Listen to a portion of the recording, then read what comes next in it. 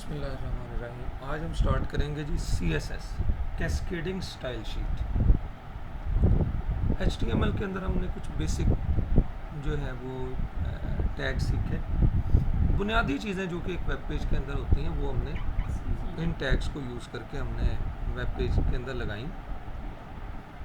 HTML के और भी टैग्स हैं, जैसे मिसाल के तौर पर कहीं आपने गूगल मैप लगाना हो तो आई फ्रेम टैग है, एक फ्रेम लगा दें, जैसे घर में नहीं हम फ्रेम लगाते, फ्रेम कोई चीज़ लगानी थी वैसे लगाने की बजाय ना हम कहते क्यों ना यार इसको फ्रेम लगा के फिर लगाते हैं। तो फ्रेम डिसाइड कर लेते हैं, दुकान पे जाते हैं, उसको कहते हैं यार 3x3 का फ्रेम बना दो, 25 इंच बाय 28 इंच का फ्रेम बना दो। इसी तरह इसमें भी हम आई फ्रेम बनाते हैं, उसकी हाइट और विड्थ सेट करते हैं और उसके अंदर हम गूगल मैप का बता देते हैं कि ये गूगल मैप जो है ना ऐसे लगा दो। तो आपको वो भी सिखाऊंगा। यानी मतलब ये है कि अभी हम HTML के टैग भी साथ साथ सीखते जाएंगे, लेकिन मेन चीज़ के ऊपर आएंगे वो है अब CSS कैस्केडिंग स्टाइल शीट। अच्छा, CSS पहले समझ लें, दो मेन बातें, अगर दो बातें पल्ले बांध ली आपने, ये नोट कर लें, दो बातें क्या है। CSS का बेसिक काम है HTML के अंदर या हमारे वेब पेज को ब्यूटीफाई करना। समझो HTML का काम ये है, जिस तरह हम घर बनाने के लिए ना घर का स्ट्रक्चर बनाते हैं, स्ट्रक्चर दीवारें खड़ी कर दी सारी, डिजाइन करते हैं। हाँ, HTML से ना घर का स्ट्रक्चर बना दिया या वेब पेज का स्ट्रक्चर बना दिया। जब स्ट्रक्चर बन जाए ना, फिर उसके ऊपर पेंट भी होना है, फिर उसके ऊपर जो है दरवाज़ों पे भी पेंट होना है, छतों पे भी पेंट होना है, कहीं पे कोई वॉलपेपर भी लगाना है। इसी तरह वेब पेज को भी हमने ब्यूटीफाई करना है। वेब पेज को ब्यूटीफाई करने के लिए CSS। अच्छा, ब्यूटीफाई करने की वो चीज़ें शायद HTML में नहीं थी, वो अभी आज मैं आपको कई चीज़ें दिखाऊंगा कि यार ये हम HTML में ऐसा नहीं कर सकते, तो ये फिर हम CSS से कर रहे हैं।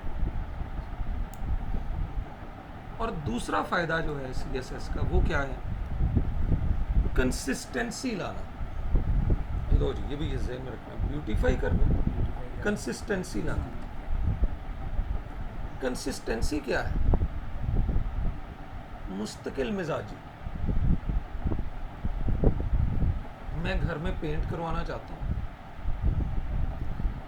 मैंने एक दो लोगों से मशवरा किया, 4 बंदों से मशवरा किया। अच्छा, ये नहीं मैं कर रहा कि एक रूम में कोई पेंट है, दूसरे में कोई है, तीसरे में कोई है, चौथे में कोई है, नहीं, ऐसे नहीं मैं कर रहा। मैं कह रहा हूँ पेंट जब करवाना तो फिर कंसिस्टेंसी रखनी, मुस्तकिल मिजाज।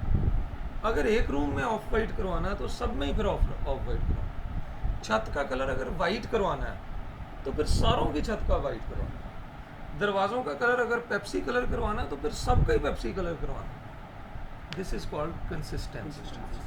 किसी बिल्डिंग में जाएंगे, किसी गवर्नमेंट की बिल्डिंग में जाते हैं तो कंसिस्टेंसी आपको नज़र आएगी। मतलब आपको अगर जो है ना, मतलब एक यूनिवर्सिटी में गए तो आप कहते हैं सर जी यूनिवर्सिटी में, GC यूनिवर्सिटी में हर बिल्डिंग जो है ना वो रेड कलर की ईंटों वाला कलर है, बस जिस मर्जी बिल्डिंग में चले। रूम्स में सर जी जो भी रूम देख लें सब में वाइट ही कलर हुआ होता है, और दरवाजे मिसाल के तौर पर ब्राउन कलर के, बस हर एक में कोई भी दरवाज़ा डिफरेंट नहीं है, सब सेम ही है। ये है कंसिस्टेंसी। और वाकई में जब आप कोई किसी नए बंदे की वेबसाइट देखते हैं ना, उसमें वो ज़्यादा से ज़्यादा कलर यूज़ करेगा, कभी कोई कलर, कभी कोई स्टाइल, कभी कोई।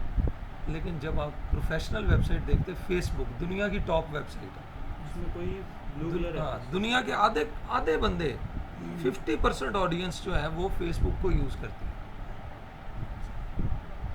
अगर दुनिया में 2 अरब लोग जो है इंटरनेट यूज़ कर रहे हैं तो उनमें से 50 मतलब 1 अरब जो है ना वो फेसबुक को यूज़ करते हैं, यानी फेसबुक की ऑडियंस बहुत है। तो क्या है, सिर्फ ब्लू कलर, जैसे आपने कहा ब्लू कलर, बस उसी में ही किसी भी पेज पे चले जाएं, चाहे टाइमलाइन पे चले जाएं, चाहे कोई पोस्ट पे चले जाएं, हर जगह आपको वही ब्लू कलर ही नजर आए। चलो जी, इस चीज़ को कंसिस्टेंसी बोलते हैं। तो हम भी चाहेंगे हमारे वेब पेज में कंसिस्टेंसी हो। कंसिस्टेंसी के लिए हम CSS यूज़ करेंगे, आपको अभी पता चलेगा कंसिस्टेंसी का इंशाल्लाह।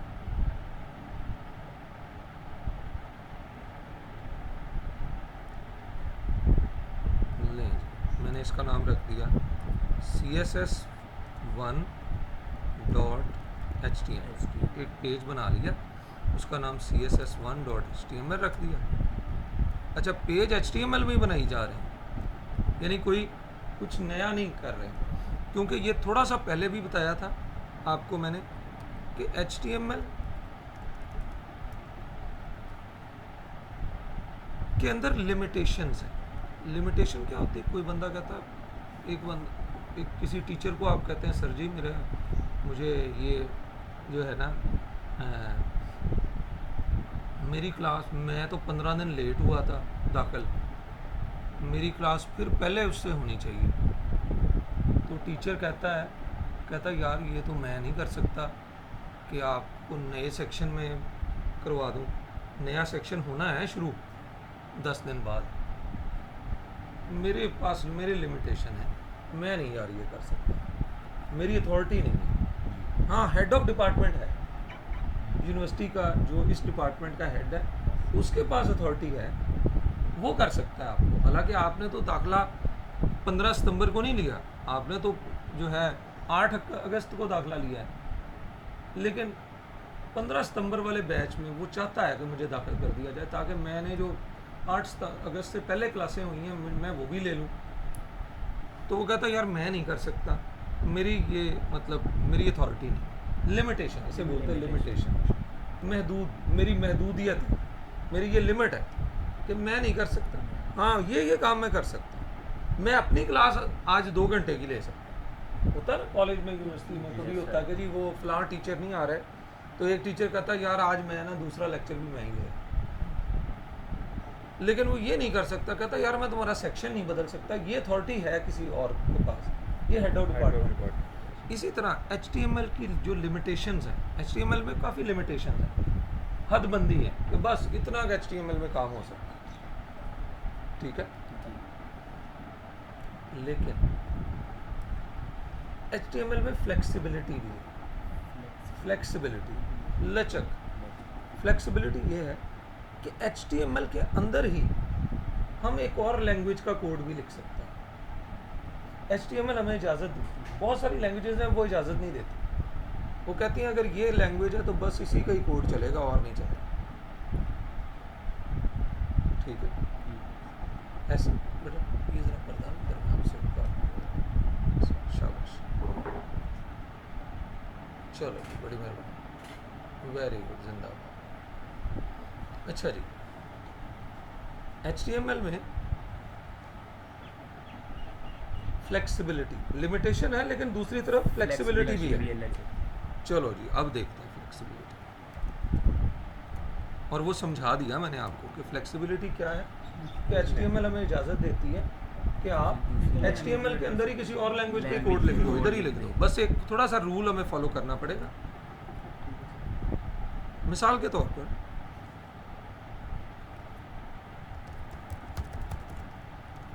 एक वेबसाइट है, उसमें मैंने यहाँ पे एक क्वेश्चन लिखा और P टैग में, पैराग्राफ टैग में उसका आंसर लिखा।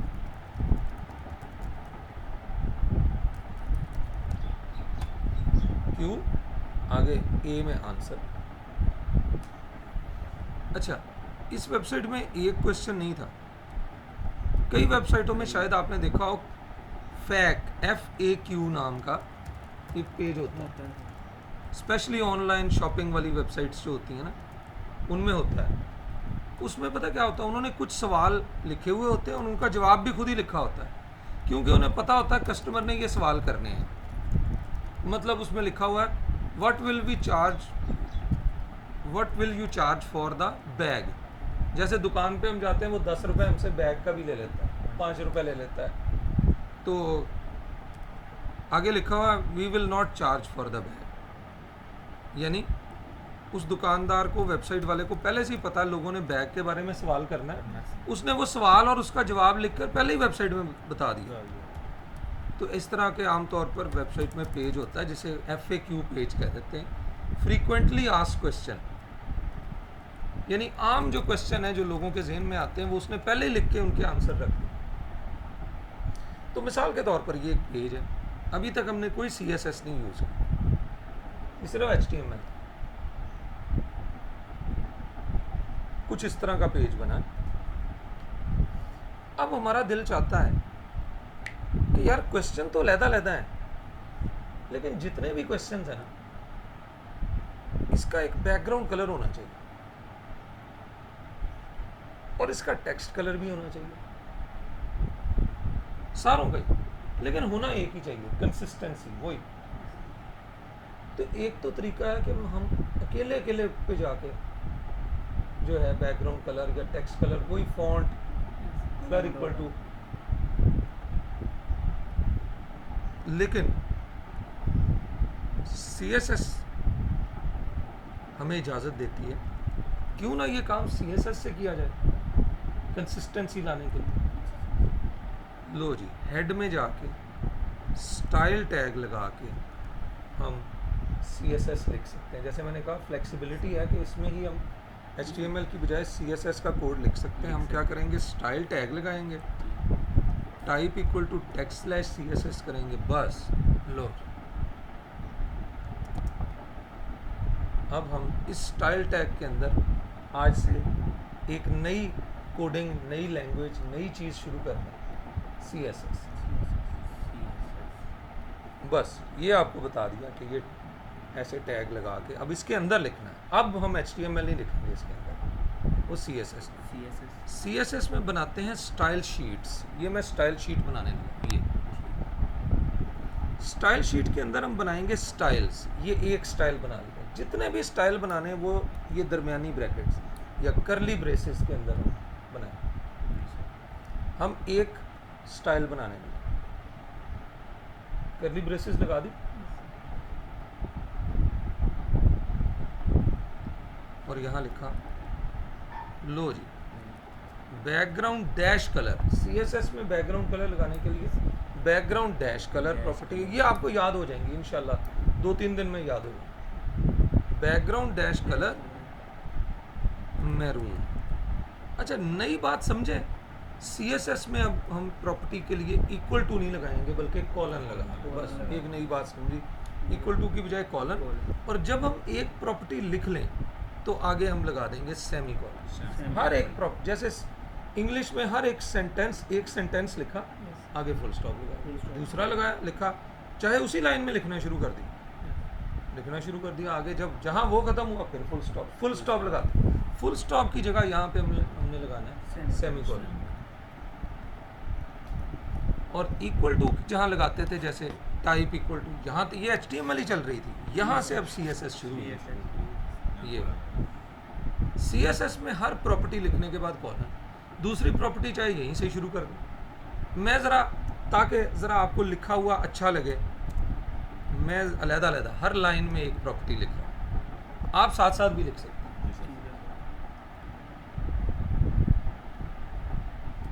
बेज कलर कर देता हूँ, लो, बैकग्राउंड कलर भी लगा दिया। अब ये तो हमने एक स्टाइल बना लिया। CSS में क्या बनाते हैं, स्टाइल शीट। और स्टाइल शीट में बहुत सारे होंगे स्टाइल्स। ये एक स्टाइल बना लिया, दूसरा स्टाइल बनाना आगे फिर ऐसे लगा दिया। अच्छा, ये स्टाइल तो बना लिया, लेकिन ये स्टाइल अप्लाई किस पर हो? स्टाइल से पहले लिख दें H1। लो, स्टाइल किस पे अप्लाई हो? H1।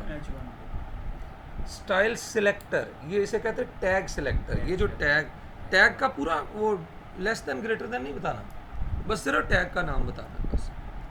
ये स्टाइल मैंने कहा, मैंने स्टाइल बनाया स्टाइल। अच्छा, CSS में स्टाइल शीट्स बनानी है। स्टाइल शीट में होंगे स्टाइल्स, ज़हन में रखना, स्टाइल शीट, स्टाइल शीट में स्टाइल्स, स्टाइल्स में होंगी प्रॉपर्टीज, Properties. प्रॉपर्टीज को हम किसी टैग के साथ अटैच करते हैं, टैग सेलेक्टर। लो जी, ये 4 बातें, style sheet, styles, properties, tag selector.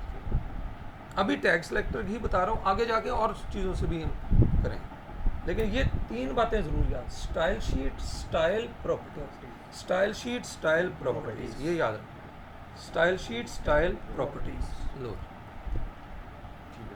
किस टैग के साथ कर लिया? H1। देखो कंसिस्टेंसी, ये इसे कहते हैं, जहां जहां H1 है सब पे अप्लाई। क्लियर?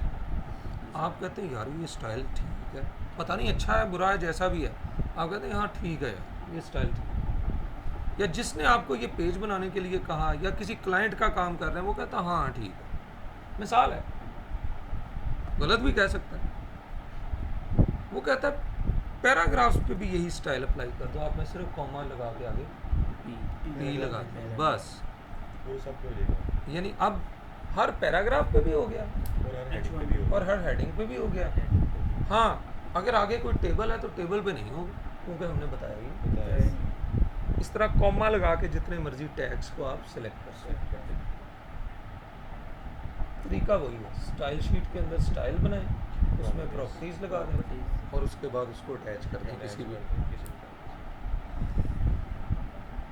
लेकिन आप कहते हैं नहीं जी पी के लिए तो हमने अलहदा स्टाइल बनाना है, कोई नहीं अलहदा बना लेते, ये नहीं। इसके अंदर उलट कलर मैरून रखेंगे और बैकग्राउंड कलर बेज रखेंगे, ये उसका इन्वर्स होता है ना, कंट्रास्ट आमतौर पर लें जी।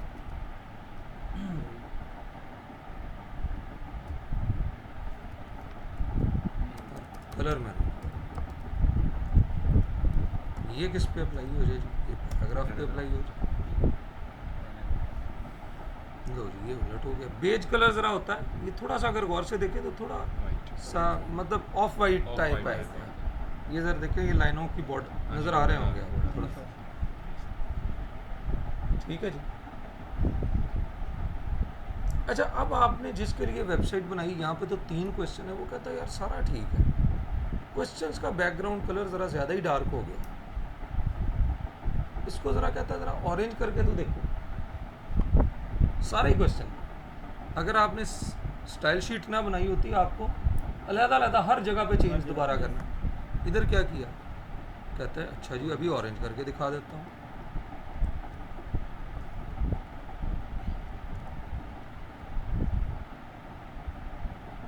ठीक हो। वो कहता नहीं यार नहीं, कहता दोबारा वही। अब अगर CSS ना हो बंदा तंग आ जाएगा। अक्सर होता है वेबसाइट जब आप बनाते हैं, क्लाइंट आपका ऐसे ही करता है। मैंने अभी आपको बताने के बाद आज के दिन रात तक मैंने एक वेबसाइट कंप्लीट करके UK में क्लाइंट को भेज दी। स्कॉटलैंड का एक है, मतलब उसकी साइट है बनानी, तो अब वो मैंने बना के उसको देनी है, कल उसने अपने क्लाइंट को दिखानी है, यानी उसका भी आगे क्लाइंट, उसने ओके कर दी तो उसने मुझे भी ओके कर देना, मुझे उसने पेमेंट दे दी। तो क्लाइंट आपको कहता है, हो सकता है वो क्लाइंट मुझे 4 पॉइंट्स लिख के भेज दे कि ये करो, ऐसे करो, ये चेंज करो, ये करो, आमतौर पर ऐसा होता। फिर हम चेंज करते, फिर कहता नहीं यार, नहीं यार, फिर वही कर, बंदा कहना यार। अब मिसाल के तौर पर वो कहता है कि यार नहीं यार वही ठीक, लो जी CSS से ये काम आसानी से कर सकते हैं। और मैं HTML में जगह जगह जाके जगह जगह थोड़ी सी एफर्ट भी बच गई हमारी और काम भी हमारा आसान हो गया और कंसिस्टेंसी बड़ी आ गई कि देखे ना अच्छा आमतौर पर ये क्या है, पेज बना हुआ है, आमतौर पर होता क्या है कि पेज बना हुआ होता है, उसमें बहुत सारा स्ट्रक्चर, घर जैसे घर बना हुआ है। अब क्या है कि चलो जी हर एक रूम में पेंट ये वाला कर, हर दरवाज़ों का कलर ये वाला कर दो, सीलिंग का कलर ये वाला कर दो, दरवाज़ों को जो हैंडल लगाने हैं वो सब सेम स्टाइल के होने चाहिए। ये कंसिस्टेंसी, तो कंसिस्टेंसी बड़ी आसानी से ला सकते हैं, जिसके लिए CSS में शायद HTML में शायद हमें बहुत ज़्यादा एफर्ट करनी पड़े, और हो सकता है किसी चीज़ की लिमिटेशन भी हो कि नहीं जी ये तो आप काम कर ही नहीं सकते HTML। ठीक हो गया, आगे चलें। पहला पॉइंट नोट करना, ये जो अभी बनाई थी इसे कहते हैं internal style sheet. This is called internal style sheet. आ जाओ चेयर लेकर आ जाओ जल्दी से, बड़ी अहम चीज़ मिस हो गई, अब आपको वीडियो बड़ा ज़रूरी देखना पड़ेगा। इसको कहते हैं इंटरनल स्टाइल शीट। आज हमने नई चीज़ सीखी, HTML के अंदर ही अब एक नई लैंग्वेज को पे काम करना शुरू कर दिया, CSS। जी सर। नई चीज़ पे काम, CSS कैस्केडिंग स्टाइल शीट। हम चाहते थे हमारी जितनी भी हेडिंग्स हैं, पहले ये नया तरीका है, इसमें इक्वल टू नहीं लगाते, इसमें कॉलन लगाते। जब एक प्रॉपर्टी बैकग्राउंड कलर हम चाहते हैं मैरून हो, कलर बेज हो, जी सर। किसका, ये सारा कुछ इसे बोलते हैं स्टाइल। दो स्टाइल बनाए हैं आज अभी तक, पिछले तकरीबन 20 मिनट में हमने दो ये स्टाइल बनाए, 20-25 मिनट के अंदर हमने ये काम किया। और पहला स्टाइल किसके हवाले कर दिया, या पहला स्टाइल किस पे अप्लाई कर दिया, H1 पे, दूसरा पैराग्राफ पे कर दिया। हमारे पेज में बहुत सारे H1 टैग भी लगे हुए हैं देखो, और बहुत सारे पैराग्राफ्स भी हैं। क्वेश्चंस हमने H1 में लिखे हुए हैं, पैराग्राफ्स के अंदर हमने आंसर्स लिखे हुए हैं। देखो जितने भी क्वेश्चंस थे सबका बैकग्राउंड कलर मैरून हो गया, टेक्स्ट कलर बेज हो गया। जितने भी पैराग्राफ थे उनका बैकग्राउंड कलर बेज हो गया, टेक्स्ट कलर मैरून हो गया। लो जी, ये हमने आज CSS से पहला काम तो सीखा। इसको कहते हैं कंसिस्टेंसी। मैं इनको काफ़ी समझा चुका हूँ उसको। मुस्तकिल मिजाजी, मैंने कहा घर अच्छा वही लगता है जिसमें हर रूम का कलर वही हो, सेम, दरवाज़ों का कलर सेम, हैंडल्स जो दरवाज़ों पे लगे हुए हैं वो सेम स्टाइल के हो, तो वो लुक अच्छी लगी। किसी आप बिजनेस बिल्डिंग में जाएंगे तो वहाँ पे भी ऐसा ही आपको क्लियर। ये काम हमने करना किससे सीखा, CSS। अच्छा, लेकिन ये है इंटरनल CSS। पहला पॉइंट नोट कर लें, इंटरनल CSS। कम से कम कोई एक बंदा आप में से नोट जरूर कर लिया। ये है इंटरनल CSS।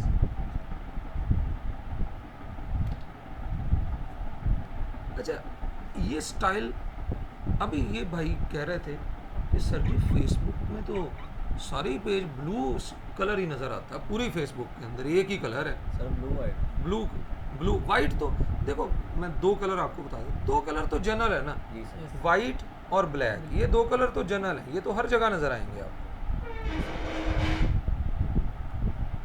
ठीक है जी, तो वो ब्लू और वाइट तो है ही, ये अवामी कलर कह लें। असल फेसबुक में ब्लू ही है बस। मैकडोनल्ड की वेबसाइट देखेंगे तो दो ही कलर नजर आएंगे, रेड और येलो। जो मैकडोनल्ड का वो लोगो है, बार बना हुआ है, एम्बर। मैं वेबसाइट अभी भी इनको मैंने कहा कि एक वेबसाइट आज रात तक कंप्लीट करके देनी है, तो आप थोड़ा सा ज़रा काबिल हो जाएंगे, फिर आप लोगों को भी शामिल किया करेंगे। तो वो अब मुश्किल है काम ज़रा, अब मैं सोच रहा हूँ कि आज यही काम उसी पे टाइम लगा। तो अब वेबसाइट जब बनाना शुरू की तो पहले मैंने उन्हें कहा कि भाई मुझे लोगो दे दें वेबसाइट का, क्योंकि लोगो के कलर के ऊपर बेस करके ही हम पूरी वेबसाइट बनाते हैं। अगर लोगो के अंदर रेड और येलो है तो पूरी वेबसाइट में फिर रेड और येलो ही नजर आएगा। हाँ, वो वाइट और ब्लैक का हमने तस्करा नहीं करना, वो तो वाइट और ब्लैक तो हो ही सकता है, वो तो है ही जनरल कलर। क्लियर। फेसबुक वालों ने भी देखा भाई हमारे लोगो क्योंकि ब्लू है, वही पूरे जो है ना वेबसाइट में नजर आ। क्लियर। पाकिस्तान गवर्नमेंट की कोई भी वेबसाइट होगी, गवर्नमेंट की बहुत सारी वेबसाइट है, पंजाब गवर्नमेंट की है punjab.gov.pk, तो उसमें ग्रीन कलर आप नजर आए क्योंकि पाकिस्तान के झंडे का या जो पंजाब हुकूमत का वो जो लोगो है उसमें क्योंकि ग्रीन है तो हर जगह ग्रीन है। व्हाट्सएप में सर ग्रीन होता है, व्हाट्सएप का ग्रीन, व्हाट्सएप की वेबसाइट पे भी जाएंगे तो वो ग्रीन ही आपको जगह जगह कलर नजर आए। तो अब फेसबुक के तो एक पेज पे ग्रीन ब्लू स्टाइल नहीं नज़र आ रहा, जिस मर्जी पेज पे जाएं हर एक पे वही। तो हमने भी अगर सोच लिया कि हमने अपनी वेबसाइट मैरून और बेज कलर में बनानी है, जी जिस तरह सर पेज कौन सा कलर है? बेज कलर हैगा इस तरह, ये ये बेज कलर, जरा ऑफ वाइट से थोड़ा गहरा, ये ठीक है जी। बेज आप समझोगे, ऑफ वाइट क्रीम कलर से थोड़ा सा गहरा, और लाइट ब्राउन से भी लाइट ब्राउन, मतलब ब्राउन में बहुत ही लाइट करके जो होता है ना, वो हल्का सा टच। हल्का सा टच है बस। अब हम चाहते हैं हमारी वेबसाइट इन्हीं 2 कलर्स में हो, तो ये तो स्टाइल सिर्फ कहाँ अप्लाई हो रहा है, सिर्फ इस पेज में हो रहा है, इसलिए ये इंटरनल स्टाइल शीट। अब मैं एक और पेज में जाता हूँ, लिस्ट वाले पेज में जाता हूँ जो हमने पहले से ही बनाया। मैं कहता हूँ उसमें भी ये स्टाइल अप्लाई हो, उसमें भी तो पैराग्राफ्स हैं, खुद ही लिख लेता हूँ पैराग्राफ, उसमें भी तो कोई पैराग्राफ है ही। लिस्ट से ऊपर भी एक पैराग्राफ बना देते हैं।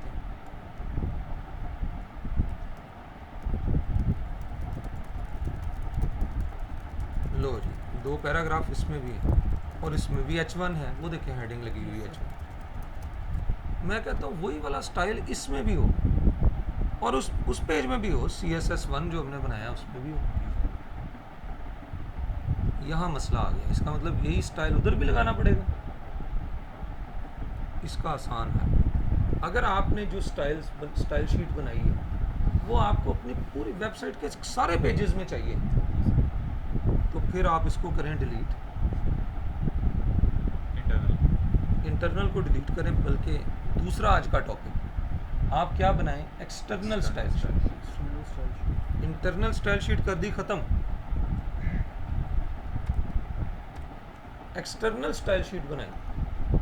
एक्सटर्नल स्टाइल शीट में कोई स्टाइल टैग नहीं लगाना, उसी तरह ही करली ब्रेसेस में स्टाइल, तीसरी दफ़ा बता रहा हूँ, ये स्टाइल बनाना है दरमियानी ब्रैकेट में या करली ब्रेसेस में, उसके अंदर लिखनी है प्रॉपर्टीज़, ठीक है जी। ये सारी होगी स्टाइल शीट। स्टाइल शीट के अंदर ये क्या है, एक स्टाइल, और ये क्या है, प्रॉपर्टी। ये एक प्रॉपर्टी है, ये दूसरी प्रॉपर्टी। स्टाइल शीट एक और बना ली। इसको सेव करने का तरीका समझ लें। जब भी आपने इसको सेव करना है,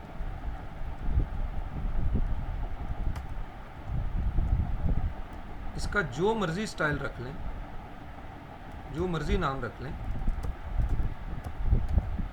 लेकिन .css जरूर लगाना है। जैसे HTML के लिए .html, इसके लिए .css। लो जी, एक्सटर्नल स्टाइल शीट भी बन गई। अच्छा, एक्सटर्नल स्टाइल शीट में मसला ये है कि बनाने के बाद उसको एक दफ़ा, सर जी जैसे अगर हम सेव नहीं करेंगे तो आपने यहाँ से पेज न्यू जो पहले बनाया था वो ओपन किया, वो नहीं होगा फिर अगर हम सेव नहीं करेंगे। हाँ, अगर सेव नहीं करेंगे तो उसके अंदर ये लगेगी नहीं, जाहिर सी बात है। ये देखो ना, ये अब हमने बना ली, अब हम इसको लगाते हैं, अप्लाई करते हैं। स्टाइल शीट अब अलहदा से बना के रख ली, हमें हौसला भी हो गया कि हमारी style.css मौजूद है, ये नज़र भी आ रही है इधर। ये प्रोजेक्ट खुला हुआ है ना हमारा, इस प्रोजेक्ट की जितनी फाइलें हैं वो सारी इधर आ रही हैं। इधर से हम स्विच कर सकते हैं ना, कभी किस में चले जाएं, कभी किसी में चले जाएं। अब मैं ये चाहता हूँ ये मेरी 2 कम से कम फाइलों में तो लगे ना, लिस्ट वाली फाइल में और CSS1 वाली। तो कितना आसान तरीका, पहले स्टाइल शीट बना लें। पहले हमने इंटरनल स्टाइल शीट बनाई थी, ये एक्सटर्नल स्टाइल शीट है जिसके नाम के साथ CSS आता है। अब इसको लगाना कैसे है, जिस फाइल में भी लगाना उसमें जाके लिखें link rel equal to style sheet, यानी इस स्टाइल शीट को कर दो लिंक, इस पेज को कर दो लिंक किसी स्टाइल शीट के साथ जिसमें कौन सी लैंग्वेज लिखी हुई हो, टेक्स्ट/CSS। लो जी, असल काम अब है, और जिसका लिंक वो है कौन सी वो स्टाइल शीट, उसका पूरा नाम ज़हन में यही रखना कि वो उसी फोल्डर में रखना, वरना वो पूरा पाथ देना पड़ेगा, वही जैसे C ड्राइव और ये वो। डन। अब कितना आसान हो गया, सिर्फ इतना कोड है। अभी तो हमारी एक्सटर्नल स्टाइल शीट में 4 लाइनें लिखी हुई हैं, 400 भी तो हो सकती है। जी सर। अक्सर जो वेबसाइट्स होती हैं उनमें काफ़ी ज़्यादा जो है वो लगाई होती है।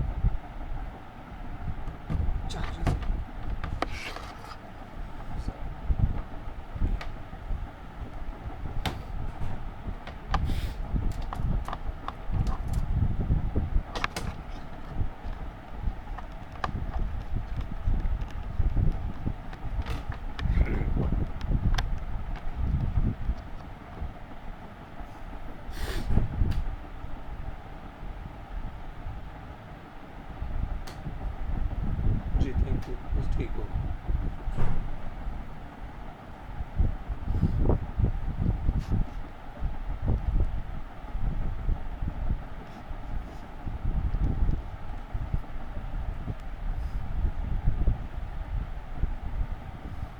ओके जी।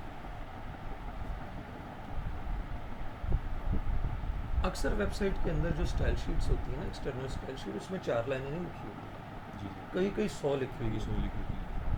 ठीक है, जी सर। तो अब मैं चाहता हूँ ये 400 लाइनें मेरे इस पेज के अंदर का हिस्सा बन जाए। मैंने सिर्फ ये एक लिंक कर दिया। ये हाइपर लिंक नहीं है, ये क्या है कि उस स्टाइल शीट का कोड इधर कारआमद हो गया। चेक करें, इस पेज में भी स्टाइल शीट लग गई, इसमें भी वो स्टाइल अप्लाई हो गया। लिस्ट वाले में देखते हैं, वो ज़्यादा अहम है, क्योंकि वो तो आज पेज हमने बनाया ही नहीं। उसके भी हेड में जाके इसी तरह वही link rel equal to style sheet वगैरह लिखें, तो उसके पैराग्राफ और हेडिंग। उसमें भी पैराग्राफ और हेडिंग जहाँ होंगी, क्योंकि हमारे स्टाइल शीट बता ही ये रही है कि पैराग्राफ और हेडिंग को, paragraph heading.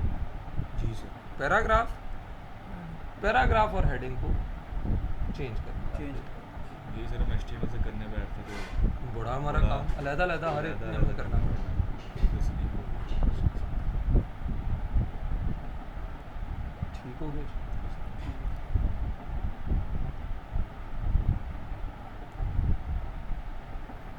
External style sheet का भी पता चल गया और इंटरनल स्टाइल शीट का भी पता चल गया। ले जी, 3 स्टाइल शीट की टाइप्स हैं, इंटरनल, एक्सटर्नल और तीसरी है इनलाइन। ठीक है। अच्छा, इनलाइन कहाँ यूज़ करते हैं? इनलाइन बहुत महदूद है। एक्सटर्नल स्टाइल शीट का दायराकार क्या है कि एक वेबसाइट में 15 पेजेस हैं और 15 में ही हम लगा देते हैं, सब में ही वो कारआमद हो, ताकि वो एक ही स्टाइल चले। जैसे घर में 4 रूम्स हैं, 5 बेडरूम्स हैं, सब में वही स्टाइल चले। हम कहते हैं पेंट का सब में वही स्टाइल। इसी तरह एक्सटर्नल स्टाइल शीट का भी सेट कर दिया कि एक एक्सटर्नल स्टाइल शीट बनाई, 15 के 15 पेजेस में उसको अटैच कर। अब इंटरनल स्टाइल शीट का दायराकार है वो सिर्फ एक पेज तक महदूद है, जिस पेज में लगाएंगे उसी में चलेगी। इनलाइन स्टाइल क्या है जरा देखिए।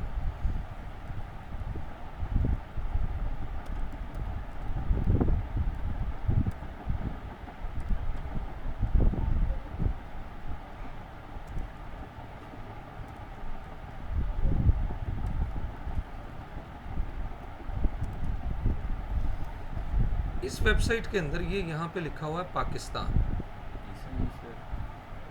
बोल्ड आ रहा है, लेकिन मैं चाहता हूँ नहीं यार, पाकिस्तान बहुत बड़ा, मतलब इस ये पैराग्राफ शुरू हो रहा है पाकिस्तान से,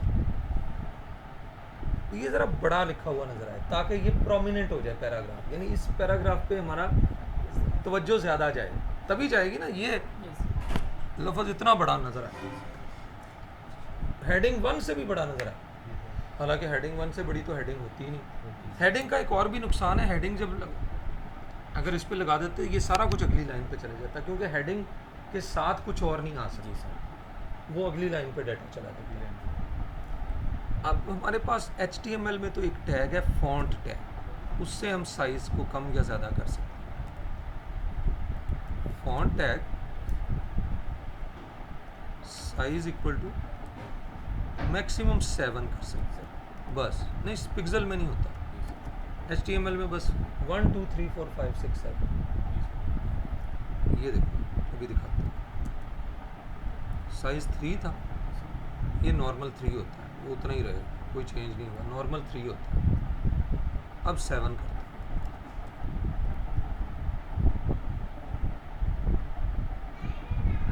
बड़ा हो गया, 8 करते हैं, अब नहीं चेंज होगा, 8 भी करेंगे उतना ही रहेगा, 9 भी करेंगे उतना ही रहेगा, मैक्सिमम 7 तक। अब आप कहते हैं सर जी ये तो मसला हो गया, उन्हें तो इससे तकरीबन डबल साइज चाहिए। सर जी जितना ये इससे भी डबल। हाँ, हमें ज़रा ज़्यादा साइज चाहिए ना। हम कहते हैं यार ओहो ये तो फिर HTML में तो कर ही नहीं सकते, इसको किया ख़त्म। इसके लिए जब इस तरह का कोई स्टाइल है किसी, अच्छा ये स्टाइल किस जगह पे अप्लाई करना है? सिर्फ इस वर्ड पे, पाकिस्तान, बस और तो नहीं ना कहीं करना। नहीं सर, हम इसको इंटरनली भी वो उस तरह भी कर सकते हैं। इंटरनल स्टाइल शीट में भी कर सकते थे, लेकिन मसला एक आ जाना था कि अगर हम बी टैग पे अप्लाई करते तो बी टैग कहीं और भी अगर लगाओ तो वहाँ भी अप्लाई हो जाना, कर सकते थे। लेकिन इसमें बहुत सा फिर हमें फोर्स अपने आप को करना पड़ गया, यार कहीं और बी टैग नहीं लगाना। फिर हम लाइन निकाल रहे हाँ, फिर हम तो हमारे पास हम कहते हैं यार इससे अच्छा भी हमारे पास तरीका है कि हम ये जो बी टैग है ना, बी टैग में लिखा हुआ है ना हमारा डेटा जिस पे हमने अप्लाई करना है, हम कहते हैं जिस पे हमने ये वाला स्टाइल अप्लाई करना है जो ज़रा अहम है, ये तो इस पे बी टैग लगा हुआ है, बी टैग के अंदर जाके लिखेंगे स्टाइल। अब स्टाइल टैग नहीं लगाया, अब स्टाइल एट्रीब्यूट लगाया और वहाँ जाके लिखा। अब ये जो लिख रहे हैं ये HTML नहीं है, फॉन्ट डैश साइज। HTML में तो फॉन्ट टैग लगा के स्पेस दे के साइज लिखते थे, इसमें नहीं। CSS में फॉन्ट डैश साइज कॉलन से आपको और यकीन आ गया होगा कि ये CSS है। 50 pt पॉइंट्स, ये पॉइंट्स में भी दे सकते हैं, वर्ड में नहीं जो साइज 50 कर देते हैं, ये वो वाला साइज 50 कर दिया। अब चेक करें साइज बढ़े, आप कहते हैं नहीं सर 100 करें, इससे डबल चाहिए हमें, ये लें। HTML में नहीं कर सकते थे, एक कोई गलती हो गई, SPT हो गया, गलत लिखा, PT करना।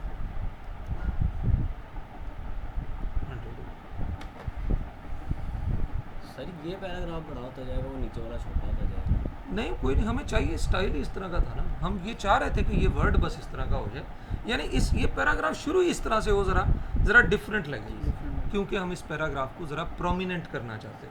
अखबार देखें, इंग्लिश अखबार में ना अक्सर जिस न्यूज़ को थोड़ा प्रोमिनेंट करना होता है ना, उसका पहला वर्ड या इवन पहला करैक्टर सिर्फ P उसको बड़ा कर दिया, उससे वो लगता है ये पैराग्राफ, ये जो न्यूज़ है ना छोटी सी एक साइड पे, हालांकि साइड पे है इधर, लेकिन उसका जो P बड़ा कर दिया ना, उससे वो ज़रा उस पर तवज्जो ज़्यादा जाएगी। प्रोमिनेंट करना यही होता है कि इसको ज़्यादा तवज्जो दें।